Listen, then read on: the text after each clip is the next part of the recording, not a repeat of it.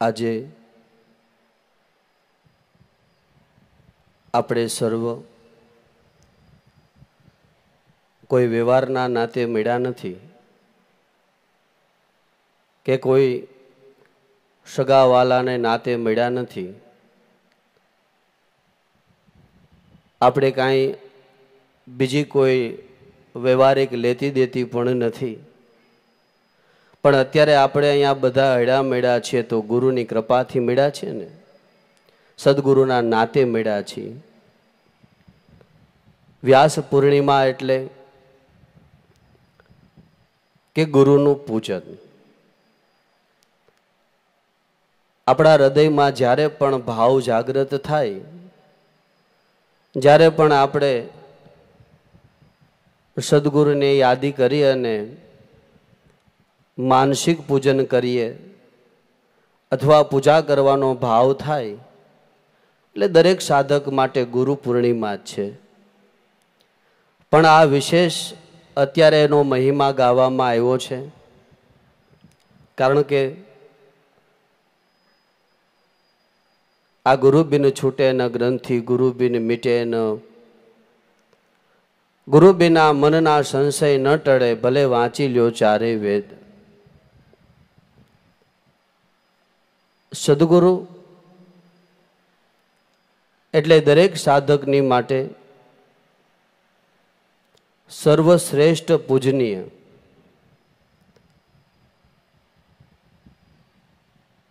આપણે ગુરુની પૂજા કરીએ તો ગુરુની પૂજા આપણે માનસિક કરીએ છીએ અને દેહ કરીને પણ આપણે પૂજન કરીએ છીએ. કારણ કે આપણા માટે જીવતા જાગતા જો કોઈ દેવ હોય તો એ સદગુરુ પોતે છે. આજે ભલે દેહ કરીને ઘણા મહાપુરુષો નથી, પણ જેને સાચા સદગુરુ ધારણ કર્યા છે એના માટે તો હાજરા હજુર છે. પુરાણ પુરુષોત્તમ પરિબ્રહ્મ તને દેખું છું હાજરા હજુર. કોના માટે હાજરા હજુર છે? કે અનુભવ કરીને જો કોઈ આરાધે તો એ કે છે હરી નથી સ્વયં દૂર. જેના માટે આપણે સર્વસ્વ કરી છૂટવા માટે બધું તૈયાર છીએ, એવા સદગુરુ પરમાત્મા દરેકને માટે હાજરા હજુર છે. આપણા માટે તો એક સદગુરુને ધાર્યા છે, પણ સદગુરુને તો આપણા જેવા અનેક જીવોનો ઉદ્ધાર કરે છે ને. પછી જેનો જેવો ભાવ હોય એ દરેક ભાવને પૂર્ણ કરે છે. આપણે ખૂબ જ ભાગ્યશાળી છીએ, કારણ કે અરે દીવો લઈને ગોતવા બેસીએ તો એ આ માર્ગ મળે એવું નથી. આ માર્ગ મળે એવું નથી. જેનો સાચો ભાવ છે, જે સાચા સાધક છે, જેને પોતાના કલ્યાણનો વિચાર કર્યો છે, એના માટે ઉત્તમમાં ઉત્તમ માર્ગ આ છે.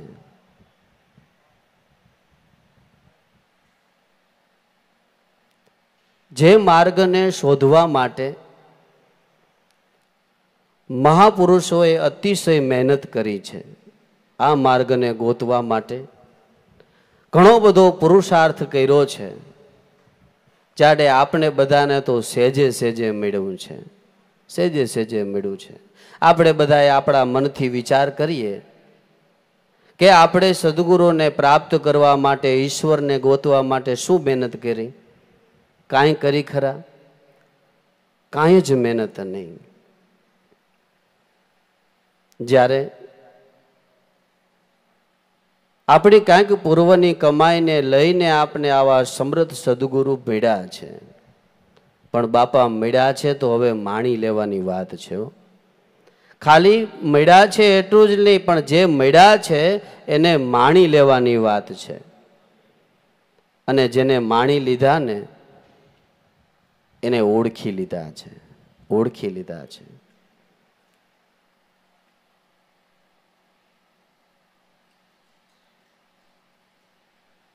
કારણ કે સદગુરુ દીનદયાળ છે.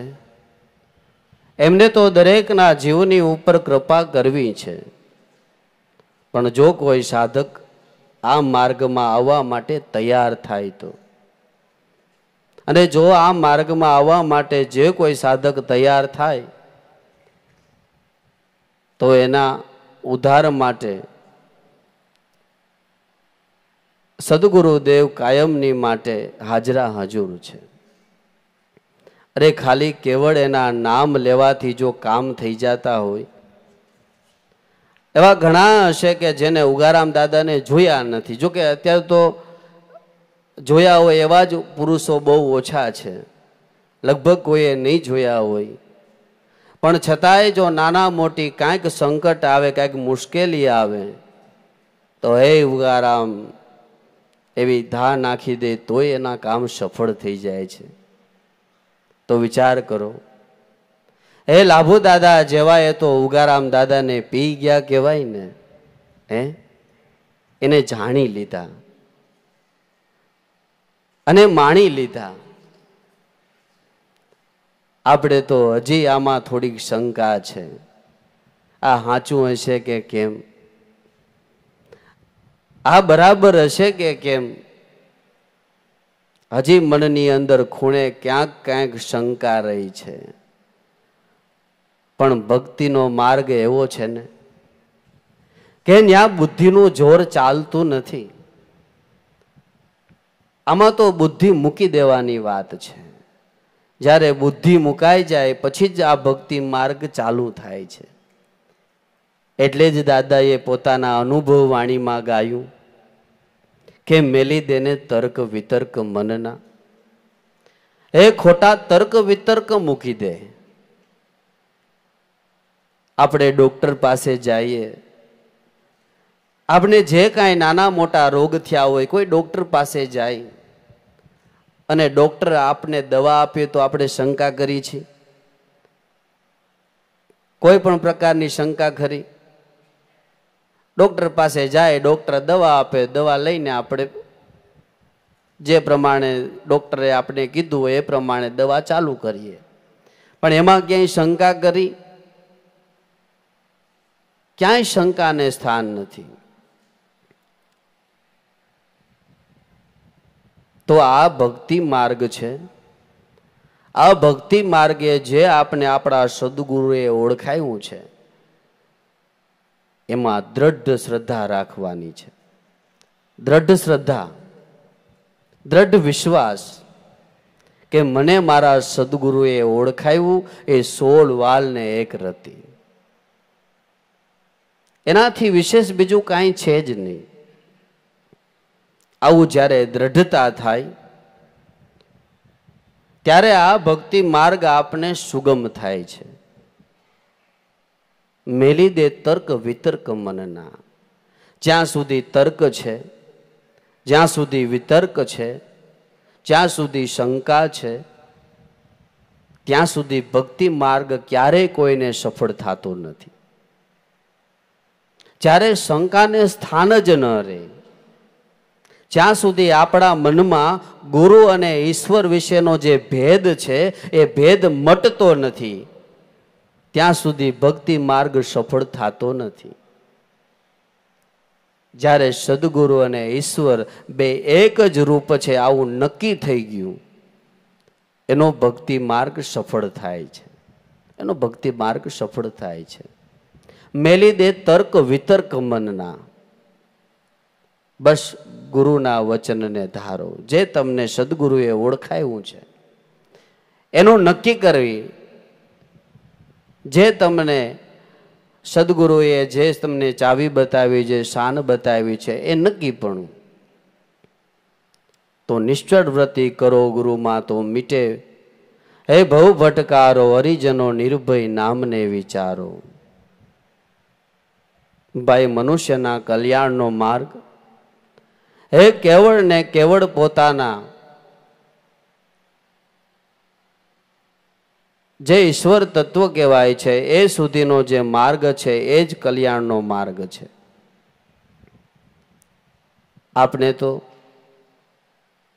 એ પણ ખબર નથી કે આપણે મનુષ્ય શા માટે આ દેહ પ્રાપ્ત થયો છે, મનુષ્યનો દેહ શા માટે પ્રાપ્ત થયો છે એની પણ હજી આપને ખબર નથી. જ્યારે મહાપુરુષોએ તો અંતર ખોજ કરી અને પોતાના દેહને પણ સફળ કરી દીધો છે. કારણ કે જ્યાં સુધી મનુષ્ય દેહ કરીને શું કમાઈ કરી લેવી એની ખબર નથી, ત્યાં સુધી આપને સફળતાનો કોઈ આરો નથી.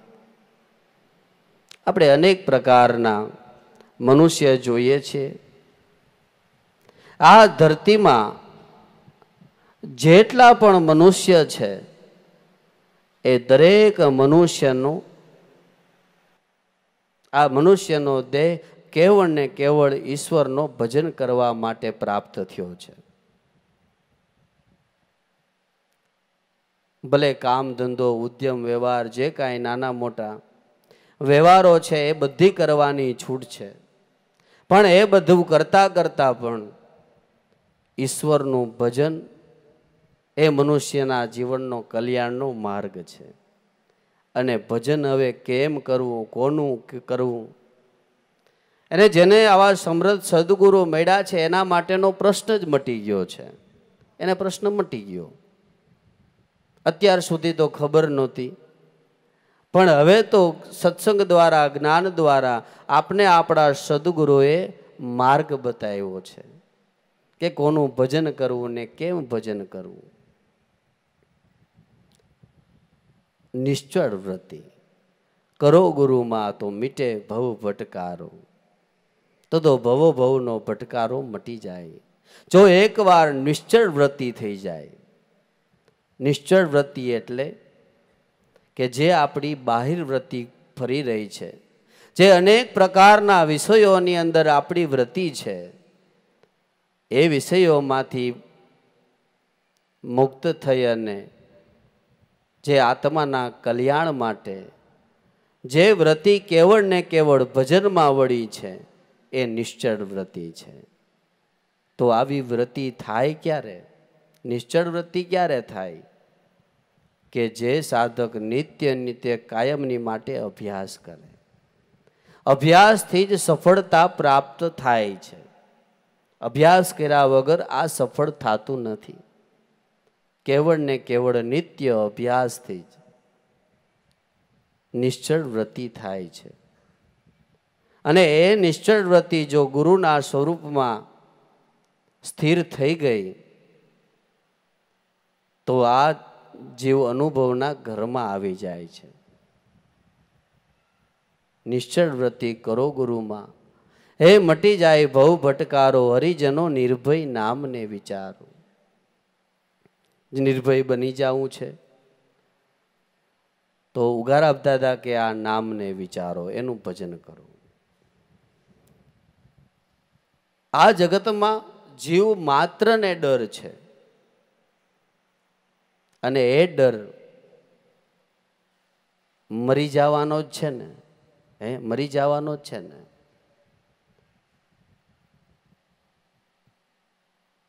પણ જ્યારે મહાપુરુષોએ તો પોતાના સ્થૂળ દેહને છોડવા સમયે પણ એને ડર નથી લાગ્યો, ઉલટાનો આનંદ આવ્યો છે. ઉલટાનો આનંદ આવ્યો છે. કારણ કે પોતે પોતાએ આ કાયાને સફળ કરી લીધી છે. એનો ડર મટી ગયો છે. એ નિર્ભય બની ગયા છે. રાજા પરીક્ષિતને શ્રાપ થયો એટલે ઘણા ઋષિ મુનિઓને પૂછ્યું કે શ્રાપ તો મિથ્યા નહીં થાય, પરંતુ મારે મારા કલ્યાણનો માર્ગ ક્યાં મળશે? કોઈએ જપ કીધું, કોઈએ તપ કીધું, કોઈ હોમ હવન કીધું, અનેક પ્રકારના ઉપાયો બતાવ્યા, પણ છતાંય પરીક્ષિતનું મન સમાધાનમાં ન આવ્યું. પણ જેની સાચી ભાવના છે, જેના હૃદયનો શુદ્ધ ભાવ છે, એમને અનાયાસે કોઈ એવા મહાપુરુષોનું મળવું થાય છે. આપણા હૃદયનો શુદ્ધ ભાવ હોય ને ભાઈ, તો આપને સાચા સદગુરુ મળે મળે ને મળે જ, પણ આપણો ભાવ સાચો હોવો જોઈએ. પછી ગમે ત્યારે નિમિત્ત રૂપે કે ગમે ત્યારે મળવાનું થાય. એમ અનશન વ્રત લઈ અને પરીક્ષિત રાજાએ પોતાના કલ્યાણનો માર્ગ ગોતવાનું નક્કી કર્યું. પોતાનો ભાવ સાચો હતો એટલે પોતાના સાચા ભાવને ઓળખી અને ત્યાં સુખદેવજી મહારાજનું આવવું થયું. જે પોતાના મનના પ્રશ્નો હતા, દરેક પ્રશ્નના જવાબ પરીક્ષિત રાજાને સુખદેવજી મહારાજે આપ્યા. કહેવાય છે આપતા આપતા આપતા આપતા 7 દિવસમાં તક્ષક કરડશે, 7 દિવસમાં કાળ આવશે, એ નક્કી હતું. પણ છઠ્ઠા જ દિવસે પોતે પોતાના આસન ઉપરથી ઊભા થઈ અને પરીક્ષિત રાજા સુખદેવજીના ચરણમાં નમી ગયા કે હે મહારાજ, મને તો 7 દિવસનો શ્રાપ હતો, પણ કદાચ આજે આવી અને મને તક્ષક કરડે તો હવે મને કોઈ ડર નથી, કારણ કે તમારી કૃપાથી નિર્ભય બની ગયો. મારું જેટલું આયુષ્ય છે એ આયુષ્યમાં જે મારે કમાણી કરવી હોય એ મને તમારી કૃપાથી 6 જ દિવસમાં મેં મારી કાયાને સફળ કરી લીધી. 6 દિવસમાં. અરે 6 દિવસ તો ઘણા કહેવાય, પણ એનાથી પણ એક જ ઘડીની અંદર પણ જેને મોક્ષ મળ્યો છે, એક જ ઘડીની અંદર.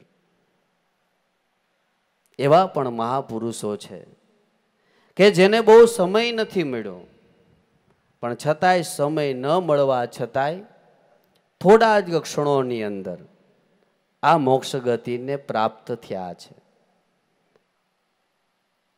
આમાં કાંઈ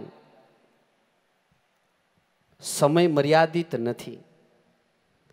આ તો એક જ ક્ષણવાર જો ચિત્ત વિરામે બ્રહ્મ સ્વરૂપની માહી, એક જ ક્ષણવાર, એક ક્ષણવાર જો આપણું ચિત્ત છે એ વિરામી જાય. આજ ઉગારામ દાદા સરળ ભાષામાં કહેતા ને કે ભાઈ ગાયને શીંગની ઉપર જેટલો રાઈનો દાણો એટલે નાનામાં નાનો ઝીણો દાણો અને એકદમ ગોળ હોય, એ ગાયના શીંગની ઉપર જેટલી વાર રાઈનો દાણો ટકે, જો એટલી વાર આપણું મન સ્થિર થઈ જાય તોય જ કામ થઈ જાય એવું છે. એ તોય કામ થઈ જાય એવું છે, સરળ. તો આમાં પોતે પોતાના કલ્યાણનો માર્ગ ગોતી લીધો એટલે પોતે નિર્ભય બની ગયા. પોતે નિર્ભય બની ગયા. પછી ભલે ને કાળ આવે, એમાં તો એવું પણ છે કે કાળ આવવાની વાર હતી એની પહેલાંય પોતે બ્રહ્મ સ્વરૂપની અંદર પોતાનું ચિત્ત વિરામી અને સ્થૂળ દેહ પરીક્ષિત રાજાએ છોડી દીધો હતો. તક્ષક આવીને જોયું તો દેહમાં પ્રાણ નહોતો. એની પહેલા, કાળની પહેલા પોતે આ દેહને છોડી દીધો હતો. પણ નિર્ભય ક્યારે બન્યા કે જ્યારે આવા બ્રહ્મનિષ્ઠ કોઈ સદગુરુ મળે, કોઈ સંત મળે, કોઈ એવા મહાપુરુષ જો મળી જાય તો જીવ નિર્ભય બની જાય છે. બાકી બીજી કોઈની બીક હોય કે ન હોય, પણ કાળની બીક તો બધાને છે, બધાને છે. થોડાક કાળામાંથી ધોરા આવવા માંડે ત્યાં જ ખબર પડવા માંડે કે મંડે ગોઠણ દુખવા, ત્યાં જ મનની અંદર કેટલાય બધા પ્રશ્ન મંડે આવવા. હવે શું થાય, હવે શું થાય? અરે ખાલી ગેસનું છાતીમાં દુખતું હોય તો એમ થાય કે હાર્ટ એટેક તો નહીં આવી જાય ને. વિચાર તો કરો, કેટલો ભય, કેટલી બીક. નિર્ભય તો સદગુરુએ બનાવ્યા છે, સદગુરુએ બનાવ્યા છે. આપણે બધાએ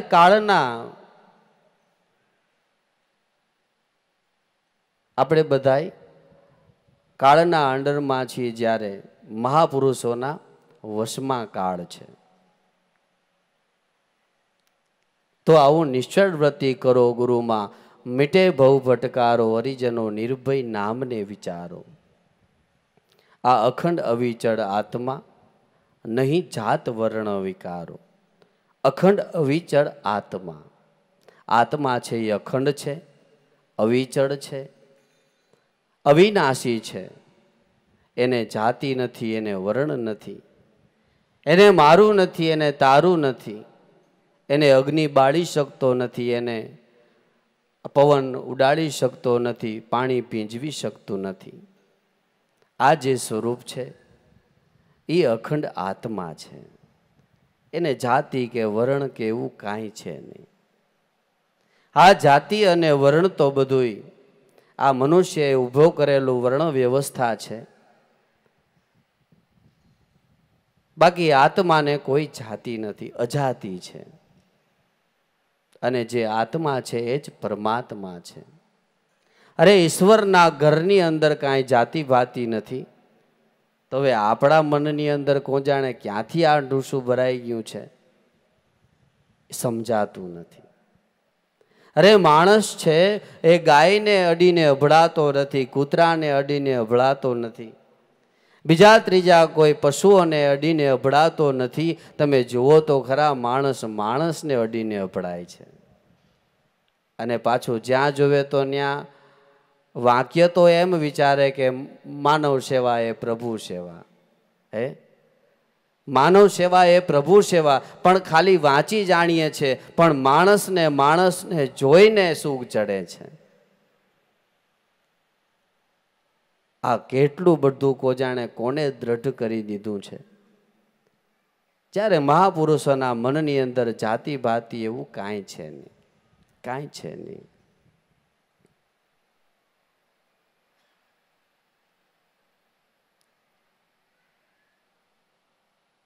અખંડ અવિચળ આત્મા, નહીં જાત વર્ણ વિકાર.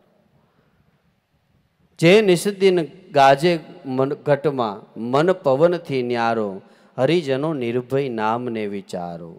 જે નિસ્દિન દરેકના ઘટની અંદર ગાજી રહ્યો છે, એ મન પવનથી ન્યારો, મનથી પવનથી ન્યારો છે. જેના દ્વારા મન અને પવન એ આત્માને લઈને, એ મન પવન જે છે એ આત્માને લઈને કાર્યરત છે. માટે આ નિર્ભય નામને વિચારો, હરદમ મેં હાજર રહેતા, સુરતા કરે સંધારો. હર દમની અંદર જે હાજર રહે છે. આપણા તો કેટલાય શ્વાસા લગભગ તો બધાય ગેબમાં જ જાય છે ને, બધાય શ્વાસા ગેબમાં જાય છે. કોઈને કામમાં, ક્રોધમાં, લોભમાં, અન્ય બીજા ત્રીજા વ્યવહારોની અંદર દરેક શ્વાસા છે એ આપણા ગેબમાં જાય છે. કારણ કે ભજન વિનાના જાય છે ને, ભજન વિનાના જાય છે. જ્યારે મહાપુરુષોએ તો આઠે પોર ભજન કર્યું છે. ઉગારામ દાદાએ એક આસન માથે બેસી, એક ખાલી કોથળાના આસન માથે બેસી અને એક ધારું જ્યારે ભજન કર્યું છે. આઠે પોર, આઠે પોર. કારણ કે જેની સુરતા અખંડ લાગી છે, જેની સુરતા અખંડ નામમાં લાગી છે, એને અન્યથા બીજું કાંઈ ગમતું નથી. અખંડ કાયમની માટે એની સુરતા નામમાં, ભજનમાં જ લાગી છે. એને બીજું કાંઈ ગમતું નથી. જેને આ ટેવ પડી છે, હરિભજવાની જેને ટેવ પડી છે, પોર આઠે જાપ જપો જુગતી જાણો જાપમાં, સ્નેહને જો સાંકળો તો અલખ બોલે છે આપમાં. આઠે પોર ભજન. હવે આપણે તો આઠે પોર તો બહુ આઘી વાત છે. 4 પોર દિવસના અને 4 પોર રાતના, એ પણ વાત છેટી છે. 4 માંથી 1 પોર લ્યો, એક પોરમાંથી ને હું તો એમ કહું છું કે 2 મિનિટ 5 મિનિટ કે 10 મિનિટ લ્યો, આપણે કેટલું ભજન કરીએ છીએ, કેટલું સ્મરણ કરીએ છીએ, હે આપણે કેટલી ઈશ્વરની ભગવાનની યાદી કરીએ છીએ, આપણે આખા દિવસમાં કેટલી વાર ગુરુને યાદ કર્યા. આનો સરવાળો માંડજો. બીજો હિસાબ કિતાબ માંડો કે ન માંડો, પણ આ સરવાળો જરૂર માંડજો કે મેં આખા દિવસ મેં કેટલી વાર ગુરુને યાદ કર્યા, આખા દિવસમાં મારા કેટલા શ્વાસા ભજનમાં ગયા, ભગવાનને યાદ કરવા માંગ્યા. આ સરવાળો માંડજો. આ ઉગારામ દાદા કહેતા, ભાઈ આ કાંઈ ચકલા ચકલીની વાર્તાઓ નથી, આ કાંઈ ઢીંગલા પોતલિયાના વાર્તાઓ નથી, આ હું તમને કહી દઉં ને તમે સાંભળી લો આ એવી વાત નથી. પણ આ વાત તો હે ઈશ્વર પદને પ્રાપ્ત કરવાની છે. માટે હર દમ મેં હાજર રહેતા, હર દમે દમ ક્યાં હાજર રહેવાનું છે કે મનને જાગૃત કરીને મનને નામમાં જાગૃત રાખવાનું, ત્યાં હાજર રહેવાનું છે. મન ઉપર પાકી ચોકી રાખવાની છે. હર દમ મેં હાજર રહેતા, સુરતા કરે છે સંધારો. નામની સાથે સુરતા એનું સંધાન થાય છે.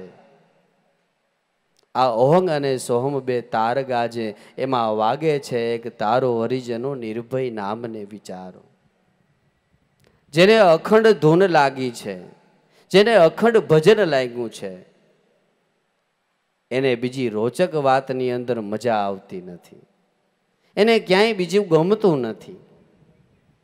અને આપણા સદગુરુએ તો એવી કૃપા કરી છે ભાઈ, એ ક્યાંય ખૂણો ગોતવાની જરૂર નથી, ક્યાંય ગુફા ગોતવાની જરૂર નથી, ક્યાંય આ જગતમાંથી ભાગી જવાની જરૂર નથી, ક્યાંય કુટુંબ કબીલાને મૂકીને ભાગી જવાની જરૂર નથી.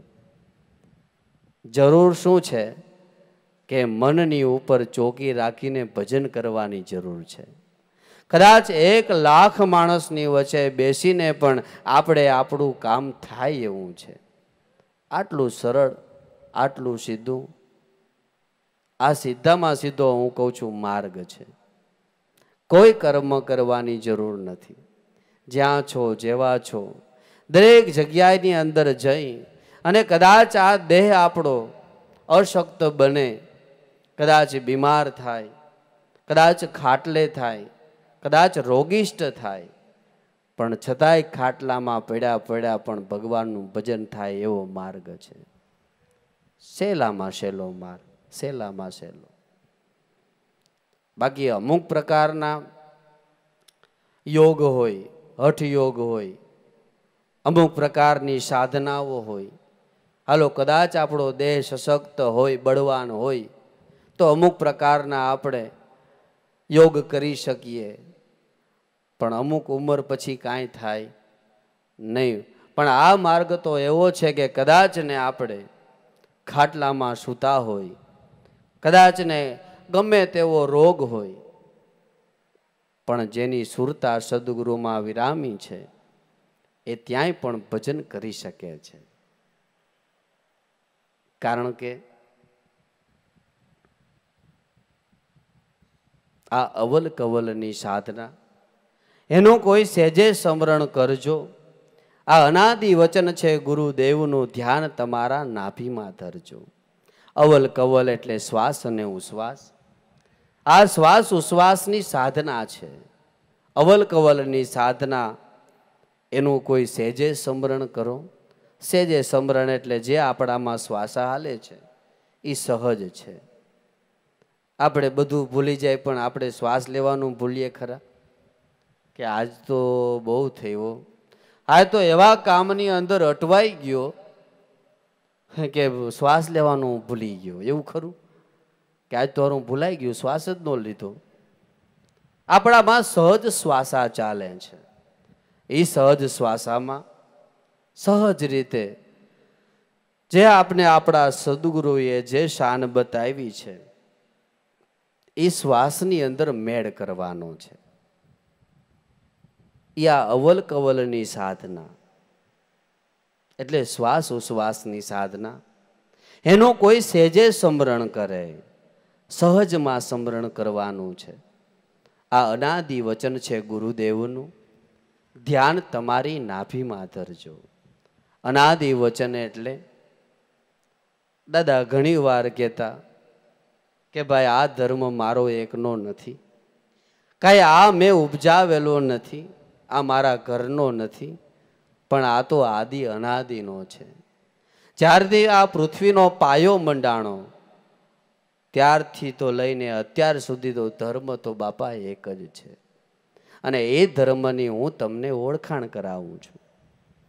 આદિ અનાદિથી એક જ ધર્મ છે અને એ ધર્મની ઓળખાણ આપને આપણા સદગુરુએ કરાવી છે. કારણ કે ધર્મ બે હોય જ ન શકે, ઈશ્વર બે હોય જ ન શકે. ધર્મ એક છે, ઈશ્વર એક છે.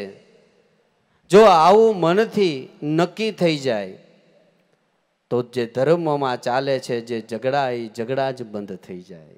કારણ કે બે હોય તો ઝઘડા થાય ને. પણ આપને આપણા સદગુરુએ તો બેનો એક કરીને બતાવ્યું છે. આ ધર્મની ઓળખાણ આપને સદગુરુએ કરાવી છે. જો આપને આપણા સદગુરુએ આ ધર્મની ઓળખાણ કરાવી હોય તો આપણા જેવો મહાભાગ્ય આ જગતની અંદર બીજો કોઈ નથી. કારણ કે આ તો બધું સહજ થઈ ગયું છે. કારણ કે આના માટે કોઈ તિતિક્ષા કરી નથી, આના માટે આપણે કોઈ મહેનત કરી નથી, આના માટે થઈને કાંઈ કર્યું નથી, સહજમાં મળ્યું છે. એટલે આને આપણે કિંમત નથી આંકી શકતા. બાકી આ જેને બહુ ખોજ કરી અને જ્યારે માંડ માંડ કરીને મળ્યું છે એને આને ખરેખરી કિંમત કરી છે, ખરેખરી કિંમત કરી છે. આ તો ચંદા ભી નહોતા, સૂરજ ભી નહોતા, નહોતા નવલખ તારા, મહાદેવ કા જન્મ ભી નહોતા, તબકા ભયા વૈરાગી. આ તો આદિ અનાદિનું વાત છે. આ અનાદિ વચન છે ગુરુદેવનું. ધ્યાન તમારી નાભીમાં ધરજો. નાભી એટલે પ્રાણ. પ્રાણની અંદર એનું ધ્યાન ધરવાનું છે. આપણે રાત્રિની સભામાં વાત થઈ કે આપણે તો બે બાજુ લાભ જ છે. કારણ કે જ્યાં સુધી આપણામાં પ્રાણ છે, દેહમાં પ્રાણ છે, ત્યાં સુધી એનું ભજન, અને આ દેહ પડી જાય એટલે એનું ચરણ. બે બાજુ આપને તો લાભ જ છે, લાભ જ છે.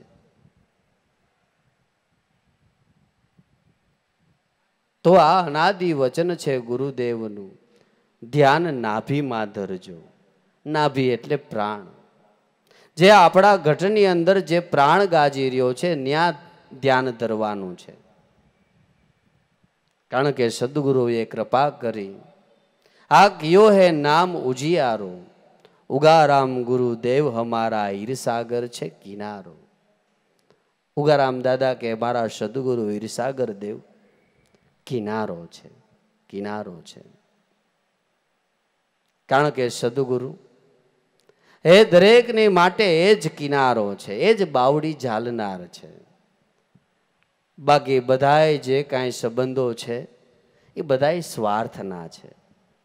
સ્વાર્થ તૂટે આ જગતમાં કોઈ કોઈનું નથી. કોઈ કોઈનું છે ખરા?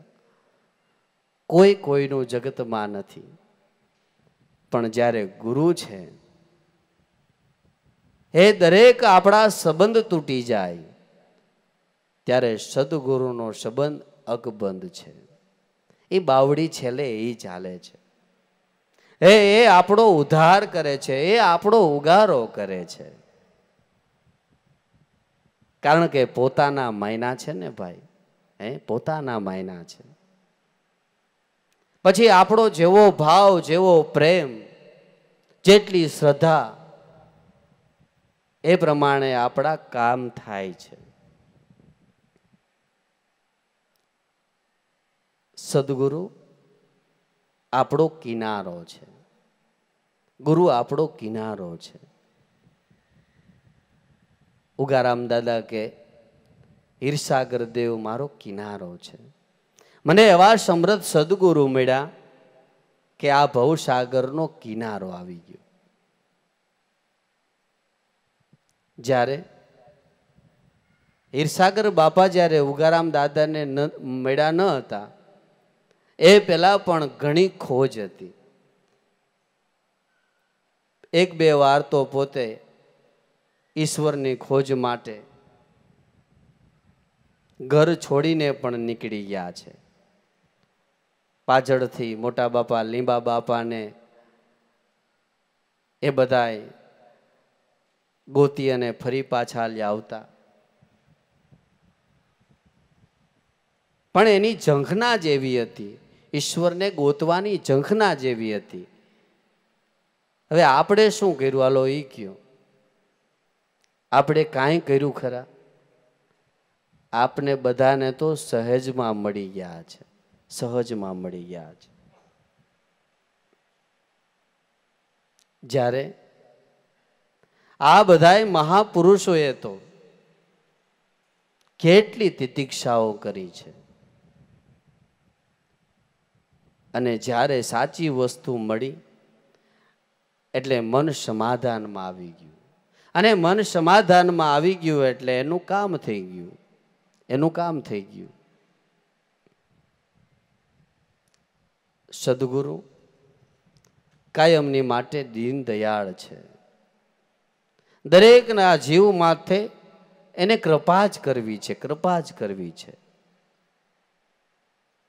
પછી ગમે તે હોય, કદાચ કોઈ ભલા બુરા કીધા હોય, કદાચ બીજું ત્રીજું કીધું હોય, પણ છતાંય એને તો એની ઉપર કૃપા જ કરવી છે.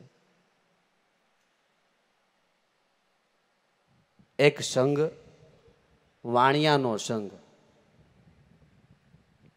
દ્વારિકા જાય છે. દ્વારિકા જાય છે, એમાં રસ્તામાં હળમતિયા ગામ આવ્યું. એ હળમતિયા ગામની અંદર સંઘ આવ્યો, ઉતારો થયો, રોકાણ થયું. સંઘ બહુ મોટો, જૂના જમાનાની વાત. એ સમયની અંદર કોઈ વાહનની સગવડતા નહીં. એ સંઘ જ્યારે હળમતિયામાં ઉતરો, દ્વારિકા જાય છે, ભગવાન દ્વારકાધીશના દર્શન કરવા માટે. એટલે પાદરમાં ઉતારો. એ જ ગામની અંદર એક મહાપુરુષ પાલણદેવ થયા હળમતિયામાં. એને સંઘ જોયો. સંઘ જોયો એટલે ત્યાં બાજુમાં ગયા. પણ એ સમયની અંદર છૂત અછૂત ને એવું બધું બહુ ઘણું બધું ભૂત હતું. એટલે સંઘની નજીક ન ગયા, પણ થોડાક દૂર ઊભા રહ્યા. બધાની સામે દ્રષ્ટિ કરી. પોતે સદગુરુએ બતાવેલા જે નિજ નામની અંદર આનંદ કરે, ભજન ગાય પોતાના શુદ્ધ હૃદયના ભાવથી, અને થોડી થોડી પોતાને અનુભવની વાણી ગાય, અને થોડોક સત્સંગ કર્યો. એવામાં કોઈ સંઘથી નજીક આવ્યું. જુવાન, કયું ગામ? કે બાપુ આજ ગામ. શું નામ? પાલણ. કેવો છો? જાતીય તો વણકર છું. વણકર નામ સાંભળ્યું એટલે તરત જ આને શોટ લાગી, સમજ્યા? હું તો કે બ્રાહ્મણ છું, અને આ વાણિયાનો સંઘ છે, અને આ વાણિયાના સંઘનો હું પુરોહિત છું. પણ તું વાત સારી કરે છે, અનુભવની વાત સારી છે, પણ પાલણદેવ કે હજી તમને સમજાણું નથી સમજાણું. એનું કારણ શું છે કે હજી તમે દેહને, દેહના જે ગુણધર્મ છે ને જાતિ પ્રાંતિ છે, છૂત અછૂત છે, હજી એ તમારા મનની અંદર ઘર કર્યું છે, ત્યાં સુધી સત્ય નહીં સમજાય. પણ મહારાજ, હે મારો ને તમારો દેહ છે, એ દેહ તો જન્મે છે અને મરે છે, પણ દેહમાં રહેવા વાળો છે એ જન્મતોય નથી ને મરતોય નથી. અને એને કોઈ જાતિ નથી, એને કોઈ ભાતિ નથી. એ સ્ત્રીએ નથી ને પુરુષે નથી. જો આ જ્ઞાન સચોટ થઈ જાય તો આ અભડછેટનું ભૂત છે ને એ ભાગી જાય. પોતાના અનુભવની વાણી કરી, ઘણો સત્સંગ કર્યો, બધાને ખૂબ મજા આવી, ખૂબ આનંદ આવ્યો.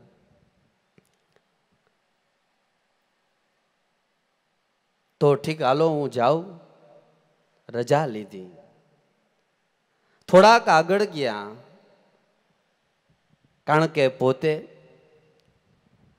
સિદ્ધ થયેલા અને પારંગત થયેલા, પોતે દિવ્ય દ્રષ્ટિવાળા, એટલે દિવ્ય દ્રષ્ટિ કરી કે અહીંયાથી આગળ જશે તો આગળ જાતા રસ્તો બહુ કપરો છે, લૂંટારૂ રસ્તામાં છે,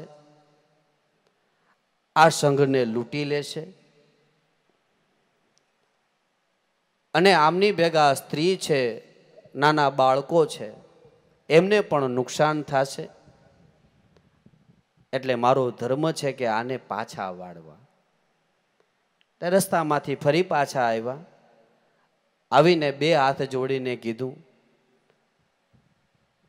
કે આ સંઘ તમે દ્વારકા જાઓ છો ને? વાણિયા ભાઈ તો બહુ તૈયાર હોય. એને જઈને કીધું કે તમને કેમ ખબર? અમે તો તમને કીધું નથી અમે દ્વારકા જવાના છીએ, તો તમને કેમ ખબર પડી કે અમે દ્વારકા જાય છીએ? કે એ તો મારી ગુરુની કૃપા છે, પણ તમે દ્વારિકા જ જાઓ છો ને? એ કે હા, દ્વારિકા જાય છે. તો એક કામ કરો, તમારે દ્વારિકા જવું નથી, તમે અહીંયાથી જ પાછા વળી જાઓ. કારણ કે આગળ જાશો તો આગળ જાશો ત્યાં તમને મોટું સંકટ છે. તમારે આગળ જવાની જરૂર નથી, પાછા વળી જાઓ. આગળ જાશો તો મોટું સંકટ છે, પાછા વળી જાઓ. એ વાણિયાભાઈ કે આવડો મોટો સંઘ લઈને આવ્યા છીએ, ઘરેથી નીકળ્યા ત્યારથી નક્કી કર્યું છે કે દ્વારિકા જવું છે અને દ્વારકાધીશના દર્શન કરવા છે. અને હવે અમે ઘરેથી નક્કી કરીને નીકળ્યા છીએ. હવે જે થવું હોય એ ભલે થાય, પણ અમે દ્વારિકા જાશું. આમને રોયકા કે રેવા દો, હું કહું છું એ બરાબર છે, અહીંયાથી પાછા વળી જાઓ. એમાં જ બધાની ભલાઈ છે, કારણ કે તમે બધા નિર્દોષ છો, સ્ત્રીઓ છે, નાના બાળકો છે, અને નકામું તમારા માટે મોટું સંકટ છે. આગળ રસ્તો બહુ કપરો છે, અહીંથી પાછા વળો. ઘણું સમજાવ્યા, પણ છતાંય એકના બે ન થયા. પણ સંત હૃદય છે ને કાયમની માટે દયાળુ છે અને દયા વરસાવે છે, પછી ભલે ગમે તે હોય, પણ સંત હૃદય જ દયાળુ છે. કે ભાઈ તમે જાઓ છો શેના માટે? શા માટે જાઓ છો તમે? તો કે દ્વારકાધીશના દર્શન માટે. તો હું અહીંયા બેઠા બેઠા તમને દ્વારકા બતાવું? તો અહીંયા જ બેઠા બેઠા તમને દ્વારકાધીશના દર્શન કરાવવું? તો તમારે ધક્કો મટી જાય. તો બાપા એવું થતું હોય તો અમારે અહીં બેઠા બેઠા કરવા છે. ભલે કાંઈ વાંધો નહીં, આજે નહીં, પણ કાલ હું સવારે આવું છું અને સવારે તમને અહીંયા બેઠા બેઠા તમને દ્વારકાના દર્શન કરાવું, દ્વારકાના દર્શન કરાવું. આ તો સવારમાં જ્યાં સંઘ છે ત્યાં ગયા. આખો સંઘ રાહ જોવે કે એ જુવાન ક્યારે આવે. લાગે છે તો કાંઈક સિદ્ધ પુરુષ હોય એવો, વાતોય ક્યાંક સારી જ્ઞાનની કરે છે, ચહેરા ઉપર તેજે છે. જો અહીંયા દર્શન થઈ જતું હોય તો અહીંયા કરી લેવું છે. સવારના ચડતા પોરે જ પાલણદેવ આવ્યા. આવી અને જે દ્વારિકાનો સંઘ છે, જે વાણિયા ભાઈઓનો સંઘ છે, ત્યાં આવીને બધાને બેસાડી અને ગુરુની કૃપાથી એવી કૃપા કરી, જેટલા બેઠા હતા બધાએ આંખ બંધ કરી તો બધાને દ્વારિકાધીશ અને આખા દ્વારિકાના દર્શન થયા. આખા દ્વારિકાના અને દ્વારકાધીશના દર્શન થયા. આ બધાએ દર્શન કરી અને ધન્ય ધન્ય થઈ ગયા. બધા ઊભા થઈ અને પાલણદેવના ચરણમાં નમી ગયા કે ધન્ય હો, હે આપ જેવા મહાપુરુષોને ધન્ય હો.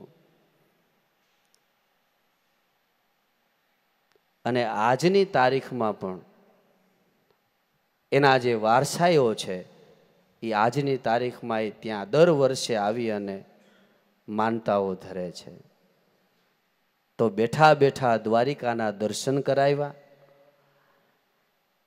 વિચાર કરો, કાંઈ લેવા દેવા ખરા? કાંઈ સંબંધ ખરો? પણ છતાંય સંત હૃદય છે ને એ દયાળુ છે, કૃપાળુ છે. એ કાયમની માટે કૃપા જ કરે છે, કાયમની માટે કૃપા કરે છે. કહેવાનો ભાવાર્થ, આપણા બધાની ઉપર આપણા સદગુરુએ કૃપા કરી છે.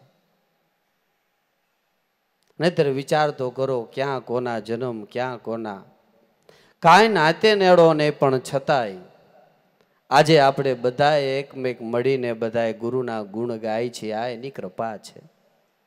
અત્યારે આવો કપરા સમયની અંદર, આવા કલિકાલ યુગની અંદર બાપા કોઈ પાસે સમય નથી, કોઈ પાસે સમય નથી.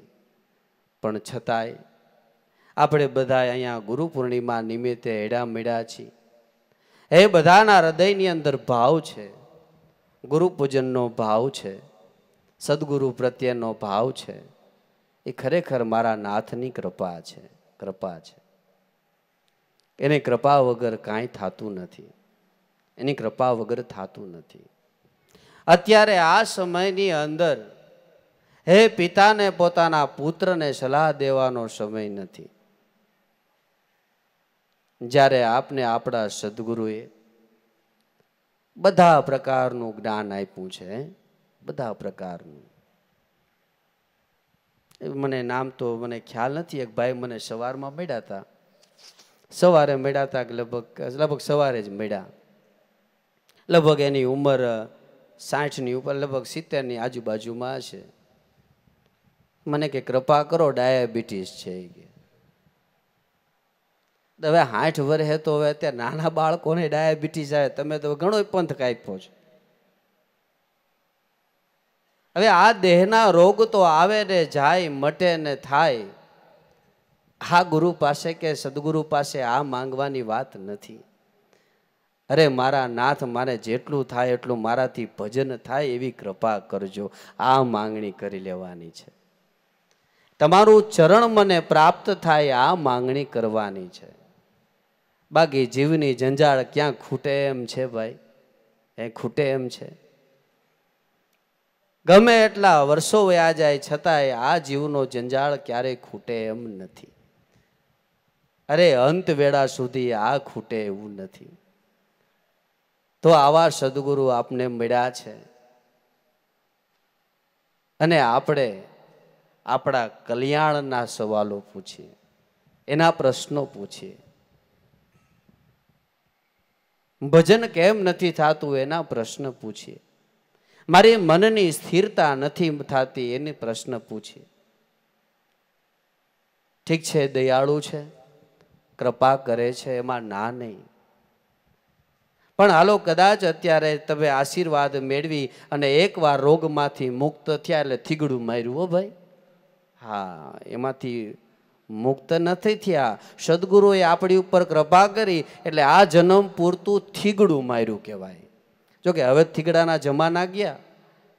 પેલા સમયની અંદર આ પેન્ટ બુસ્કોટ ફાટી જતા એટલે થીગડા મારતા ને, એમ અત્યારે આપણે ગુરુની કૃપારૂપી થીગડું મારી છે. બાકી ભોગવા વગર છૂટકો નથી. ભોગવા વગર છૂટકો નથી.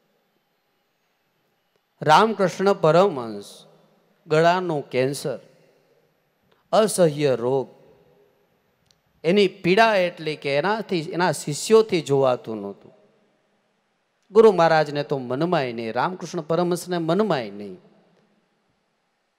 પણ એના શિષ્યોએ જઈ અને એકવાર ગુરુ મહારાજ પાસે બેસીને કીધું કે મહારાજ, આપ તો આખા જગતના રોગને મટાડો છો, આખા જગતના દુઃખને મટાડો છો, તો તમે તમારો રોગ ન મટાડી શકો? કારણ કે તમારી અસહ્ય પીડા અમારાથી જોવાતી નથી. ત્યારે રામકૃષ્ણ પરમહંસે કીધું કે તમારી ભાવના બહુ સારી છે, પણ મને આ કોઈ પૂર્વના એવા અમારા કર્મને લઈ અને રોગ થયો છે, પણ હવે થયો છે ને તો હવે ભોગવી લેવો છે. આ જન્મમાં ભોગવી લો એટલે ફરી પાછો આ ક્યાંય વચ્ચે આવે નહીં. મટાડી તો દઉં, હમણે મટાડી દઉં, પણ મટાડી લીધાથી મટી જાતો નથી. એ વળી પાછા બીજા જન્મમાં વળી પાછું ઊભું ને ઊભું રહે. એટલે એના કરતાં અત્યારે મળ્યું છે તો અત્યારે ભોગવી લઉં. એમ દેહના આપણા કાંઈ દંડ હોય ને ભાઈ, તો એ ભોગવી લેવા. જ્ઞાની અને અજ્ઞાનીમાં આ તફાવત છે, સમજ્યા? અજ્ઞાની છે એ રોતા રોતા ભોગવે છે, જ્યારે જ્ઞાની છે એ હસતા હસતા ભોગવે છે. ભોગવવાનું તો બેયને છે, બેયને છે. પણ છતાંય હે સદગુરુદેવ આપણી ઉપર કૃપા કરી રહ્યા છે. એનાથી થોડાક નજીક આવીએ ને તો આપણે અત્યારે શ્વાસ લઈ રહ્યા છે ને એ ગુરુની કૃપા જ છે, એની કૃપા જ છે. આ તો આપણે દ્રષ્ટિ વગર સમજાતું નથી, દ્રષ્ટિ વગર સમજાતું નથી. બાકી આપણા બધાયના કામ પળે પલ થઈ રહ્યા છે, થઈ રહ્યા છે.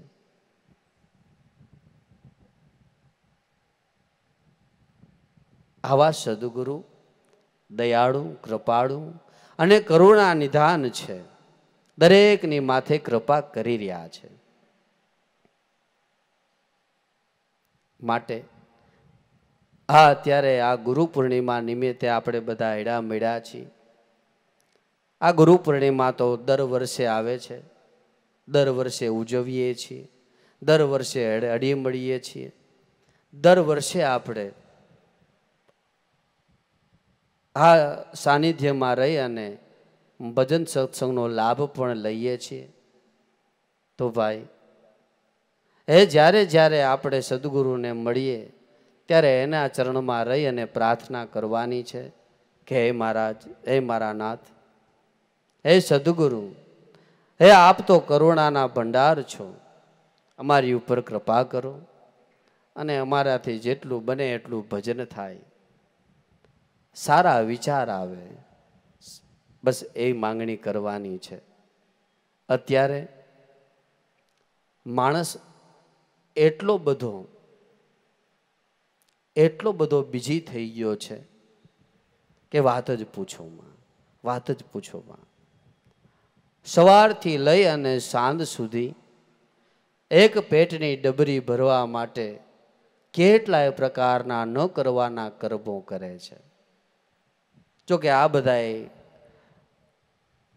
કળિયુગના એંધાણો છે કે કળિયુગની અંદર મનુષ્ય છે એ આળસુ થશે, અલ્પ બુદ્ધિમાન થશે, અનેક પ્રકારના રોગથી ઘેરાયેલો રહેશે અને ધીમે ધીમે ધીમે થતા આયુષ્ય જીર્ણ થશે. તો જુઓ છે ને, આળસ ઘર કરી ગઈ છે, આયુષ્ય ઓછું થઈ ગયું છે, રોગ તો ઘર કરી ગયું છે. એકોઈનું ઘર એવું તો નહીં હોય કે જ્યાંના ઘરમાં દવા નહીં હોય. આ અનેક પ્રકારના રોગો નામ ન સાંભળ્યા હોય એવા રોગો આવે છે. આ બધું શું છે? આ મહાપુરુષોએ કરેલી ભવિષ્યવાણી છે, આગમ છે. પણ આમાંથી આપણે કાંઈ અટવાવાનું નથી. આપણે તો એના ચરણમાં રહીને ભજન કરવાનું છે. અત્યારે તમે જુઓ, કળિયુગ ને સતયુગ બે હાલે છે. હા, કળિયુગ અને સતયુગ. તો કળિયુગ કોને કહીએ ને સતયુગ કોને કહીએ? આપણે કોઈનું ખરાબ કરવાની ઈચ્છા થઈ, કોઈનું લઈ લેવાની ઈચ્છા થઈ, અનીતિની ઈચ્છા થઈ, કે કોઈનું આપણે ખોટું કરવાનું, પ્રપંચ કરવાનો, દગો કરવાનું, ન કરવાનું આપણો વિચાર આવે તો એ આપણા માટે કળિયુગ છે. જ્યારે આપણે કોકની ઉપર દયા આવે, કોઈની ઉપર આપણે સહેજ ભાવ થાય, કોઈની ઉપર પ્રેમ આવે, કોઈને મદદ કરવાની ભાવના થાય, એ બધો આપણા માટે સતયુગ છે. કળયુગ ને સતયુગ કાયમની માટે આવ્યા જ કરે છે. પણ જેની ઉપર ગુરુની કૃપા થઈ છે ને, એના માટે તો કાયમની માટે એની ઉપર સતયુગ જ છે, સતયુગ જ છે. કારણ કે આપણા મનના વિચારો, જે આપણા મનના સ્ફુરણ છે, જેટલું ભજન, જેટલા ગુરુથી નજીક, એટલું આપણું મન શુદ્ધ છે. અને મન શુદ્ધ હોય તો જ સારા વિચારો આવે. મનની શુદ્ધિ હોય તો સારા વિચાર આવે. અને મનની શુદ્ધિ કેવળ ને કેવળ ભગવાનના ભજનથી થાય છે, સત્સંગ દ્વારા થાય છે, સાત્ય જ્ઞાન દ્વારા થાય છે, કથા દ્વારા થાય છે. એના દ્વારા મનની શુદ્ધિ થાય છે. અને જેનું મન શુદ્ધ થયું છે ને, એ મન શુદ્ધ છે, એ ભજનમાં લાગે છે. અને કાયમની માટે એ સદગુરુના પરાયણ રહે છે. તો ભાઈ, આપણે કાયમની માટે સદગુરુની છાયા ઢળતી રહે, કાયમની માટે એની કૃપા આપણા બધા ઉપર વરસતી રહે, અને આપણાથી ભજન થાય એવું ગુરુ પૂર્ણિમા નિમિત્તે આપણે ગુરુના ચરણમાં રહીને આ માંગવાનું છે, આ માંગી લેવાનું છે. બાકી બીજું જે કાંઈ માંગશું ને, રખે છે ને આપણે છેતરાશું, પણ એનું ચરણ માંગી લેશું ને એટલે બધું એમાં આવી જશે. એટલે ભાવથી, પ્રેમથી એના ચરણમાં રહી એની ભક્તિ કરી અને જેટલું આયુષ્ય છે એટલા આયુષ્યને લઈ અને આ માર્ગ ઉપર રહેવાનું છે. બાકી તો તમે અનેક પ્રકારના માર્ગો છે, પણ મુકામ તો ઈશ્વર સુધીનું જ છે.